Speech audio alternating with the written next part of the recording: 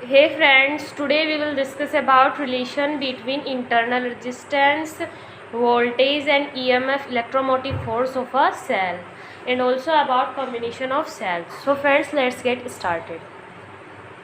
So first we will discuss about relation between internal resistance, voltage and electromotive force of a cell. So first we have to see this diagram. So see this carefully.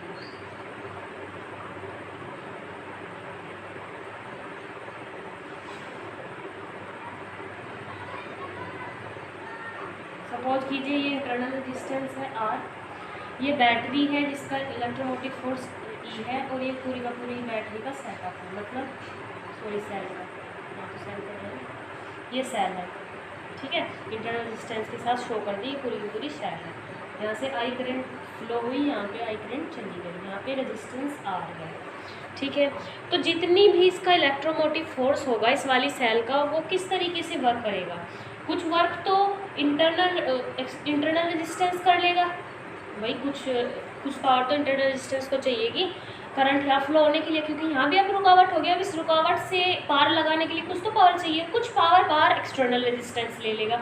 इसका मतलब जो electromotive force है वो दो हिस्सों में काम करेगा, एक तो इंटरनल रेजिस्टेंस के वहाँ और एक एक्सटर्नल रेजिस्टेंस के वहाँ। That means E will be equals to I R plus I R, भाई ये तो एक्सटर्नल के लिए और ये इंटरनल के लिए।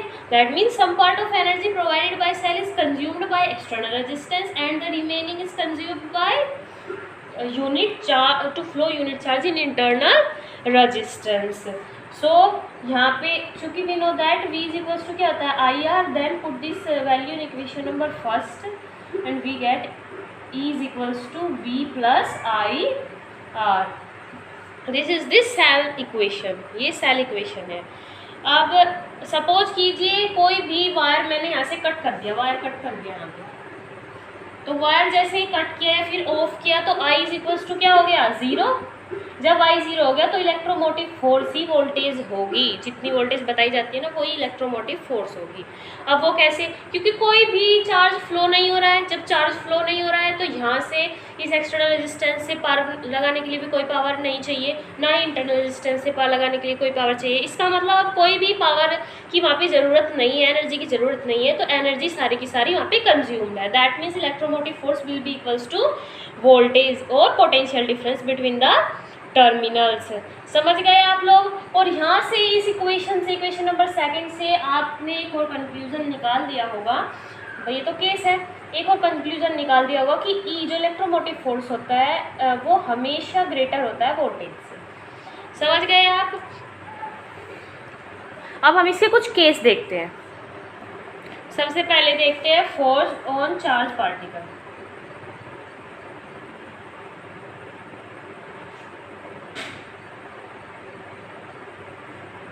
ठीक है, तो we know that E greater है V से। समझ गए आप लोग। और हमारे पास इक्वेशन है E is equals to V plus I R. यहाँ से मैं क्या करती हूँ, I की वैल्यू निकाल देती हूँ करंट की, एंड इंटरनल रेजिस्टेंस R की वैल्यू निकाल देती हूँ। वो कैसे निकलेगी आप लोग ध्यान से देखिए।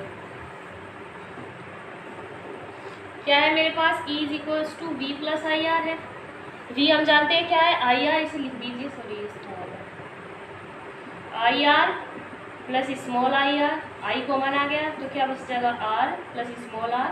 दैट मीन्स यहाँ से I की वैल्यू करंट इज इक्वल्स टू क्या आ जाएगा, E upon R plus R। इसका मतलब I क्या है, नेट EMF और टोटल रेजिस्टेंस का रेशियो, ये है हमारा I, net EMF and total resistance का रेशियो। समझ गए आप। ये अब हमें निकालना है इंटरनल रेजिस्टेंस। अभी इंटरनल रेजिस्टेंस क्या होगा वो भी देख लेते हैं हमें एक बार। यहाँ पे देखिए, we know that V is equals to E is equals to क्या होता है, V प्लस आई आर। यहाँ पे आ जाएगा V minus E minus V is equals to I R, sorry ये स्मॉल आई आर। तो यहाँ से R इज इक्वल्स टू क्या हो जाएगा, V E minus V upon I, and as we know that I is equals to क्या होता है, V upon R।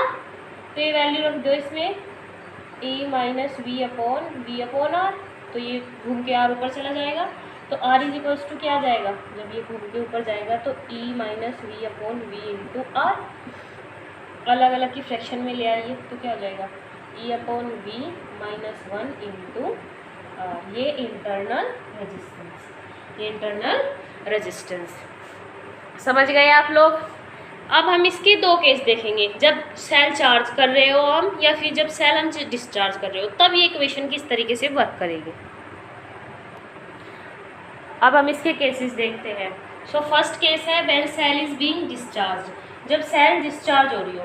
Cell discharge होने का मतलब है कि हम वहाँ से करंट ले रहे हैं, that means current is taking from. समझ गए आप लोग। इसका मतलब इक्वेशन रहेगी V is equals to V plus I R and current रहेगा I is equals to E plus upon R plus small R. Same equation रहेगी, समझ गए आप, जब सेल डिस्चार्ज हो रही हो। सेकंड जो केस है वो होगा when cell is being charged.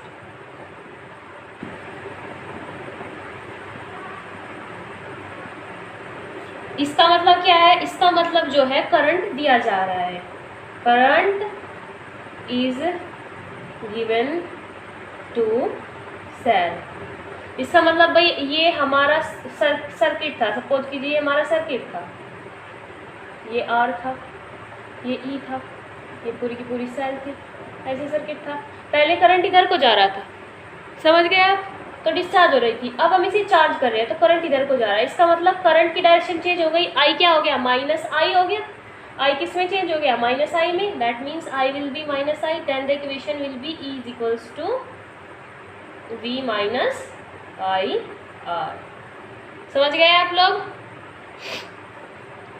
और आई क्या होगा, आई इसमें हो जाएगा, then I is equals to V minus E upon small R. Calculation करके देख लीजिए, यही हो जाएगा भाई, ये इधर जाएगा और ये जब इधर जाएगा इस माइनस साइन से क्या होगा, फिर चेंज होगा और फिर अपॉन में आर चला जाएगा, तो current will be this. And जो थर्ड वाला केस है वो है when cell is in open circuit. Cell is in open circuit, that means I is equals to क्या हो गया 0 and resistance will be infinite. भाई जब सेल ओपन होती है इसका मतलब होता है कि रेजिस्टेंस इनफाइनाइट है। अभी जैसे वायर हमने यहाँ से तोड़ दिया, ऐसे वायर तोड़ दिया यहाँ से, तो यहाँ इस पॉइंट और इस पॉइंट के बीच में रेजिस्टेंस बहुत ज़्यादा हाई हो गया, वहाँ पे एयर का रेजिस्टेंस आ गया और जो बहुत ज़्यादा हाई का काम कर रहा है यहाँ पे। तो इसका मतलब जैसे ही ओपन होता है सर्किट तो आई इक्वल्स टू तो 0 हो जाता है एंड आई इक्वल्स टू 0 हो जाता है and R will be infinite. समझ गए आप लोग। इसका मतलब ई इज इक्वल्स टू क्या होता है वी प्लस आई आर, मतलब 0, भाई आई आर होता है, आई मतलब 0 मल्टीप्लाई आर, सो ये 0 हो गया तो ई विल बी वी। समझ गए, and I will be current will be 0, ये भी समझ गए आप। अब हम नेक्स्ट बात करते हैं हमारे फोर्थ जो है, मैं इसे यहाँ से हटा दूँ, फोर्थ केस है when cell is short circuit.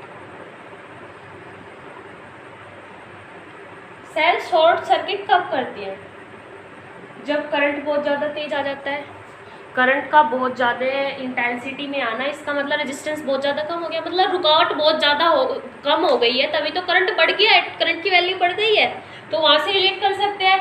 That means are लगभग किसके इक्वल चला गया 0 के इक्वल, तभी तो जाके सेल शॉर्ट सर्किट हुई है, इंटेंसिटी तभी तो जाके हाई हुई है। इसका मतलब जब मैं इस इक्वेशन में लगाऊंगी E is equals to V plus I R and as we know that V is equals to क्या होता है I R, then V will be 0। इसका मतलब E किसके इक्वल हो जाएगा I और R के, और E is equals to I R हो जाएगा और देन यहाँ से जो इक्वेशन वो I बनेगी, I क्या हो जाएगी E अपॉन R। समझ गए आप लोग। वो इसका जो ग्राफ होता है, इसका ग्राफ कुछ इस तरीके से होता है, इधर E होता है, इधर I होता है एंड ऐसे, ये करंट की मैक्सिमम वैल्यू है, इससे ज़्यादा नहीं जा सकते करंट, चाहे जितना भी आप ईएमएफ घटा लो या फिर बढ़ा लो। सो ये तो केस यहाँ पे एंड हो गए। अब हम अपने नेक्स्ट टॉपिक पे चलते हैं। सो गाइज़ ये वीडियो काफ़ी लंबी हो गई है, लगभग 10 मिनट्स की हो चुकी है। सो हम नेक्स्ट जो टॉपिक है वो भी काफ़ी बड़ा है, नेक्स्ट वीडियो में कवर कर लेंगे। और इस वीडियो को आप ध्यान से देखिए, तभी आपको नेक्स्ट जो टॉपिक है वो समझ में आएगा, कॉम्बिनेशंस ऑफ सेल्स। तो आप मेरी नेक्स्ट वीडियो के लिए ट्यून रहिए। And thank you guys for watching this video and keep supporting me.